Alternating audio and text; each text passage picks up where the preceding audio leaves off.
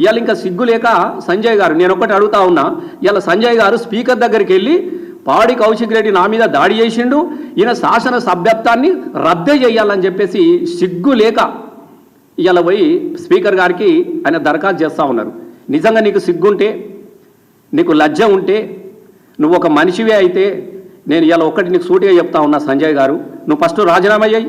పెద్ద పొంకలాలు నీ ముఖానికి నేను కూడా 10 సంవత్సరాలు ఎమ్మెల్యేగా పనిచేసిన, నాతో పాటు 5 సంవత్సరాలు కూడా నువ్వు ఉన్నావు. కానీ ఎట్లాంటి పరిస్థితులలో నిన్ను గెలిపించిన ఒక్కసారి నువ్వు చేసుకో. కన్న తల్లి పాలు తాగి రొమ్ము గుద్దే నైజాన్ని నువ్వు మర్చిపో అని చెప్తా ఉన్నాం. నువ్వు ఆయన అడిగిందాలా తప్పే ఉంది? నువ్వు అన్ని వంకర మాటలు మాట్లాడుతూ ఉన్నావు. రేవంత్ రెడ్డి చెప్పినట్టుగా 6 గ్యారంటీల మీద అబద్ధాలు చెప్పినట్టుగా నువ్వు అబద్ధాలను పొగుడుతూ మాట్లాడితే నువ్వు నిజం చెప్పాయా స్వామి, నువ్వు ఏ పార్టీలో ఉన్నావు అని చెప్పేసి అడిగిండ్రు. రేపు నియోజకవర్గం ఓటేసిన ప్రజలు కూడా నేను అడుగుతూ ఉన్నారు, నువ్వు ఏ పార్టీ తరఫున మాట్లాడుతూ ఉన్నావని. నీకు దమ్ముంటే చెప్పు నువ్వు ఏ పార్టీలో ఉన్నావో, లేదంటే మూసుకొని కూర్చో. మేము ఇలా నువ్వు కాంగ్రెస్ వాదివే అయితే నిన్ను కూడా నేను సూటిగా అడుగుతా ఉన్నా, రాజీనామా అయ్యాయి. నువ్వు పెద్ద ఇప్పుడు మీ ప్రభుత్వంలో మా రేవంత్ రెడ్డి సారు ఆహా ఊహా అని చెప్తా ఉన్నావు కదా. నిజంగా రేవంత్ రెడ్డి పాలన చక్కగా ఉన్నట్టుంటే, కాంగ్రెస్ పాలన చక్కగా ఉన్నట్టుంటే మరి ఎందుకు భయపడుతున్నావా? రాజీనామా అయ్యి నీ 6 గ్యారెంటీకి గెలిపిస్తాయి కదా, నీ 420 హామీలు నేను గెలిపిస్తాయి కదా. కానీ ఏమంటారు చూడు, తినేందేమో మొగని సొమ్ము పాడేడుదో ఇంకోని పాటను అన్నట్టుగా ఇవాళ ఇక్కడి నుంచి గెలిచి బీఆర్ఎస్ పార్టీ నుంచి గెలిచి కాంగ్రెస్ పాట పాడుతూ ఇలా సంక్రాంతికి వచ్చే బిచ్చగలలాగా ఇలా నువ్వు తిరుగు మాట్లాడుతూ ఉన్నావు. మాకైతే నవ్వొచ్చినా ఉన్నది. ఒక్కసారి నిన్ను నువ్వు అద్దంలో చూసుకో, నిన్ను నువ్వు ప్రశ్నించుకో. నేను ఇవాళ కూడా నేను అడుగుతా ఉన్నా, నువ్వు ఒక అయ్య అవ్వకే పుట్టినోనివి అయితే, నువ్వు ఒక మనిషివే అయితే ఇవాళ వెంటనే బీఆర్ఎస్ పార్టీకి రాజీనామా చేయి.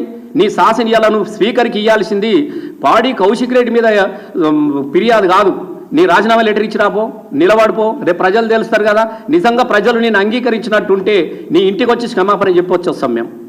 నీ ఇంటికి వచ్చి ప్రజలు నేను అంగీకరిస్తే పాడి కౌశిక్ రెడ్డికి వచ్చి నువ్వు చెప్పిందే కరెక్టు, కరీంనగర్ సమీక్ష సమావేశంలో నువ్వు మాట్లాడిందే కరెక్ట్ అని చెప్పేసి నీ ఇంటికి వచ్చి క్షమాపణ చెప్పొస్తాడు. ఇలా నువ్వు ప్రజల చేత నువ్వు మళ్ళీ తిరిగి ఎన్నుకోబడితే. కానీ అబద్ధాలు ఎందుకు చెప్తున్నావు మాకు అర్థమైతలేదు. ఇప్పుడున్నటువంటి పరిస్థితులు మీకు అందరికి కనబడతలేవా? ఇలా మేము ఒకటి అడుగుతా ఉన్నాం, ఇలా మీరు తెలంగాణ పల్లెల్లో ఏ ఊరికన్నా ఏ పల్లెకన్నా వెళ్ళండి. ఒకప్పుడు సంక్రాంతి పండుగ అంటే సుక్కల ముగ్గులు వేసుకుందరు, రథాల ముగ్గులు వేసుకుందరు, వాకిలంతా వాడ కట్టలంతా కూడా చాలా గొబ్బెమ్మలు పెట్టుకొని మొత్తం ముగ్గులతోని రంగురంగుల ముగ్గులతోని కళ్ళు చెదిరే విధంగా తెలంగాణ వాకిళ్ళ కనబడేటివి.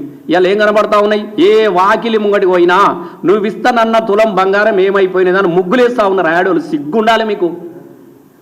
మహిళను కోటీశ్వరి చేస్తావు అన్నారు. ఇలా 1 కోటి మంది మహిళలు వాకిళ్ళలో ముగ్గులు వేసుకుంటా ఉన్నారు.